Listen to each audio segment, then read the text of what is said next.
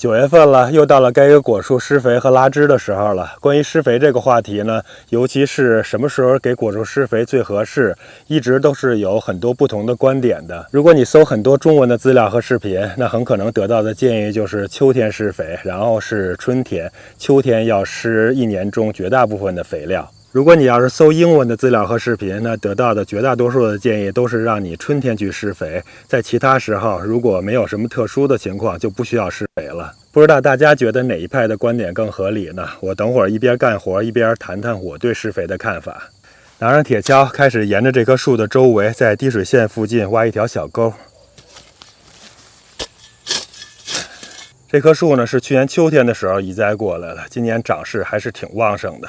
它的树冠垂直到地上的位置，也就是滴水线的位置，就是我现在铁锹所在的位置，其实也是我碎木铺的这个边缘的地方。我就这样沿着铺碎木的边缘给它挖上一条沟。秋天的施肥，沟不用挖得特别深，以免伤到根儿。我知道它的根系大概率是长不到这个地方的，因为是秋天才种下的嘛。其实你挖的时候也可以感受一下，如果一铁锨下去之后挖到根儿了，那在挖的时候就稍微的往外边一点，或者就是挖的稍微浅一点。当然，如果是在春天的时候施肥，那就沿着滴水线位置直接给它挖下去就行了，不用太担心。春天的时候稍微的斩断一点根儿，能促进新的根儿的萌发，其实还是有好处的。秋天呢，因为是处在养根的季节，所以能不伤根就尽量不要伤到根儿了。这第一遍挖完了，沟还是有点浅，我再给它往下挖一挖。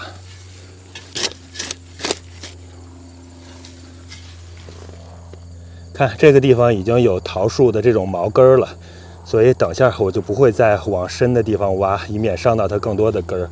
我可以稍微的往外延一点。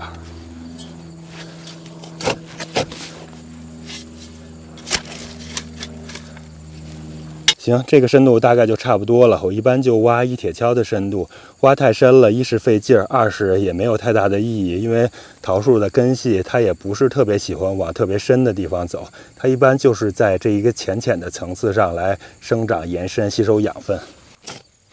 继续挖啊！刚才说到秋天施肥好还是春天施肥好的话题，我现在说说我的观点。其实我还是比较认可春天施肥这个观点的，也就是英文的这个主流观点。为什么是这样呢？因为我觉得春天的时候是生长的季节嘛，所以在春天的时候刚发芽的时候，你把肥料给它施进去，这样的话树刚好就能吸收肥料，然后就能快速的生长了。但我为什么会选择在现在这个季节，也就是秋天的时候来给我这棵桃树施肥呢？这就要说另外一个话题了，就是什么时候需要给你的树进行额外的施肥。我的几个原则呢，一是幼树，也就是说在3年以内的树都属于幼树。对于这种幼树呢，那你给它秋天进行一点额外的施肥，让它快速的生长，那肯定是有道理的。第二一个呢，就是长势比较弱的树，其实这个就更直白了。如果一棵树它的长势比较弱，那你在秋天的时候给它额外施点肥，让它快速的生长，那这个应该也是没有什么疑问的。再有就是第3点了，如果你这棵桃树并不是3年以内的幼树，并且长势状况也比较良好的话，那另外一个我觉得秋天可以施些肥的判断标准就是，如果你桃树当年结了特别多的果实，也就是大丰收，消耗了太多的肥力的话，那秋天施一些肥也是合理的，给它补充一些养分，能够让它的根系呀，还有秋天的时候花芽分化的更好一点，这样的话来年能够开更多的花，结更多的果。如果你要是等到明年春天的时候再去给它补充肥力的话，那时候已经错过了花芽分化最好的时机了。如果养分不够的话，开的花不多，花芽不饱满，那明年结的果实的数量还有质量、个头大小，那都会差一些的。当然这只是我的一个观点和理解，这本身就是一个争议的话题，所以我说的或者是我想的也不一定100%正确，你还是要结合你当地的情况还有自己的实践来选择使用。很多理论还有很多观点，我觉得都可以讨论，都可以实际拿来试一试，实践一下。其实没有对错之分，只有适合不适合你，或者哪种方式更适合你。就结合我的实际情况来看呢，我现在选择3年以内的这种幼树来给它进行秋天施肥，这样能让它早点长得大一些，早点开花结果。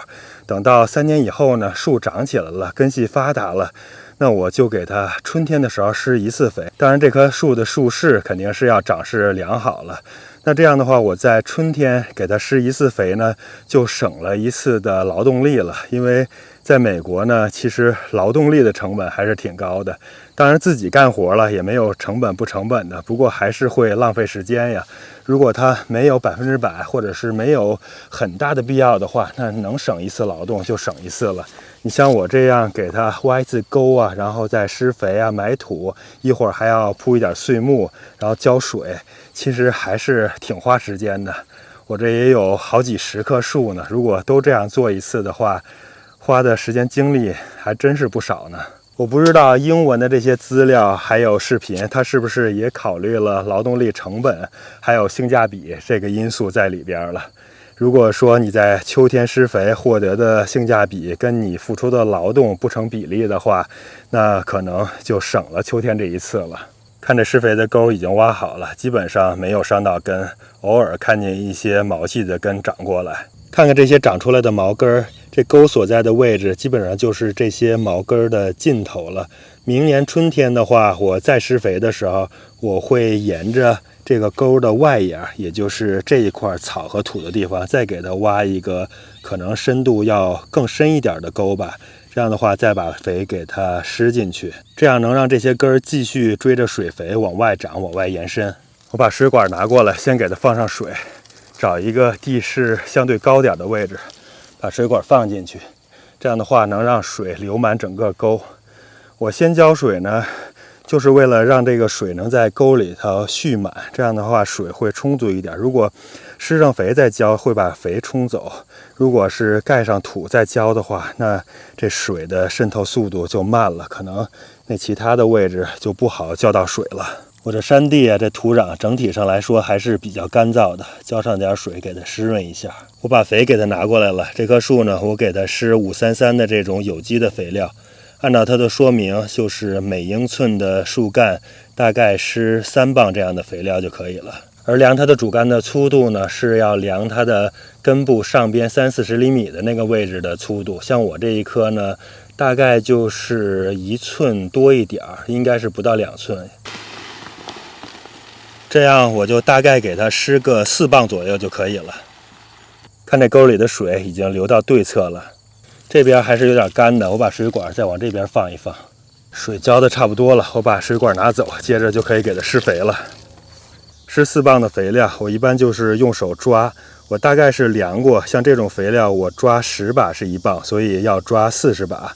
如果是施别的肥料的话，那可能因为它的密度不一样，所以你抓的把数也不一样。到时候如果用的是什么肥料，再去量一量。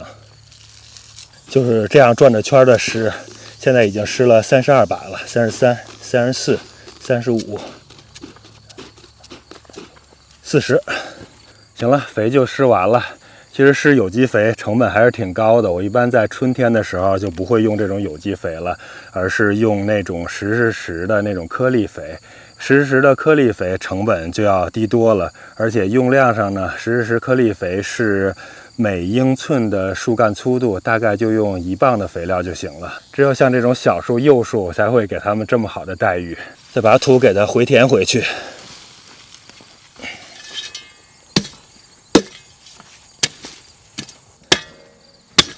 还是有挺多这种硬的土块的，给它尽量的敲碎。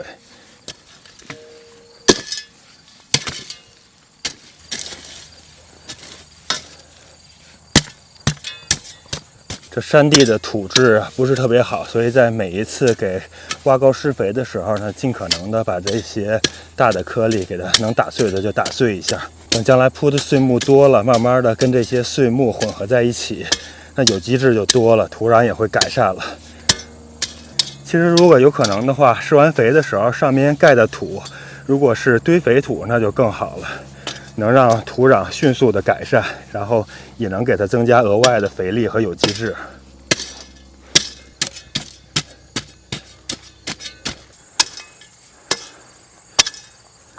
继续把水拿回来浇水，把上面这层干土也得给它浸湿了。这免费碎木啊，真是好东西。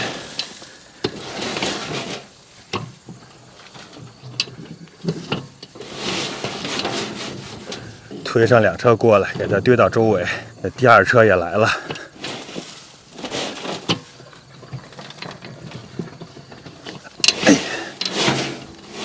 铺上之后呢，水分就能保持住了，土壤也能慢慢的得到改良。拿耙子给它搂一搂，搂得平整一些。感觉2车有点多，1车半差不多。中间靠近树干的地方，我把这些碎木给它搂出来，尽量不让它靠近树干。哎呀，再用手来弄一弄，把四周稍微踩一踩，踩得严实点。哎呀，水管拿出来，换个位置，咱们继续浇水。行了，这棵桃树的施肥工作这就做完了。等下旁边的这2棵，我也用同样的方式给它们施点肥。这一棵是去年春天的时候种下的，旁边的那一个是刚好是3年，严格来说应该是2年半多一点吧，所以我也给它补充一点肥力。关于拉枝呢，我的苹果树都已经拉上枝了。这一棵是去年的老树，上面长出来的这种新枝，我也都给它拉下来了。这棵呢是今年春天的时候种下来的，看看现在已经长了这么多的枝条了。我也是一个一个的枝条都给它拉下来了，就像这样，给它拉着垂下来。这样的话，便于它以后结果。其实1年中只要是生长季节，也就是有叶子的时候，拉枝都是可以的。但是为什么我觉得秋天是一个比较合适的时候呢？一是秋天的时候，如果大家拉过枝，可以感受到它这些枝条特别的柔软，特别好拉。第二就是我们在秋天给它拉下来，不像是春天。如果你春天拉下来的话，它背上会长出很多那种土长枝，但是秋天给它拉下来的话，那能够促进它这种花芽的分化，就不会让它长很多的那种土长枝出来了。因为天气慢慢的冷下来了，所以这些枝条呢也慢慢的就停长了。还有这棵杏树，我也把一些比较长的枝条给它拉下来了。桃树呢，按照我的经验，其实是很少需要拉枝的。我们只要在修剪的时候注意一下，给它留向外生长的。如果它树长得比较陡，那就留一些较平的枝，让它往外延伸就行了。你像这棵树呢，我其实只是在早期的时候把这样的这种枝条给它尽可能的拉得平了一些，其他的枝条我都是没管的，让它自然生长，其实也是能长出我们所要的树形的。这种45度角还是挺不错的。像这棵今年结了50多颗水蜜桃的桃树，就更没有拉枝的必要了，因为结满果实的时候，那些果实已经把枝条拉的都已经很弯很靠下了，所以角度是挺合适的，没有必要拉枝了。像这一边那个，因为果实太多，其实已经给拉的都比较平了。现在我用木棍给它撑起来，撑得高一点。拉不拉枝的话，还是要根据我们的树木还有树的情况。如果它需要拉就给它拉，如果不需要拉，或者说如果太平了，还需要给它撑起来一点。你像苹果树啊、杏树啊、梨树这些拉枝还是非常有必要的，因为如果你不拉，你会发现它所有的枝条几乎都是直直的向上生长。这边这棵今年春天新栽的李子树，其实也应该给它稍微的拉下枝的。不过现在两边的玉米长得是太多太茂密了，都不太好进去了。我找机会再给它弄一下吧。这小糯玉米都已经开始发力长大了。这边水这样就浇差不多了，可以关水离开了。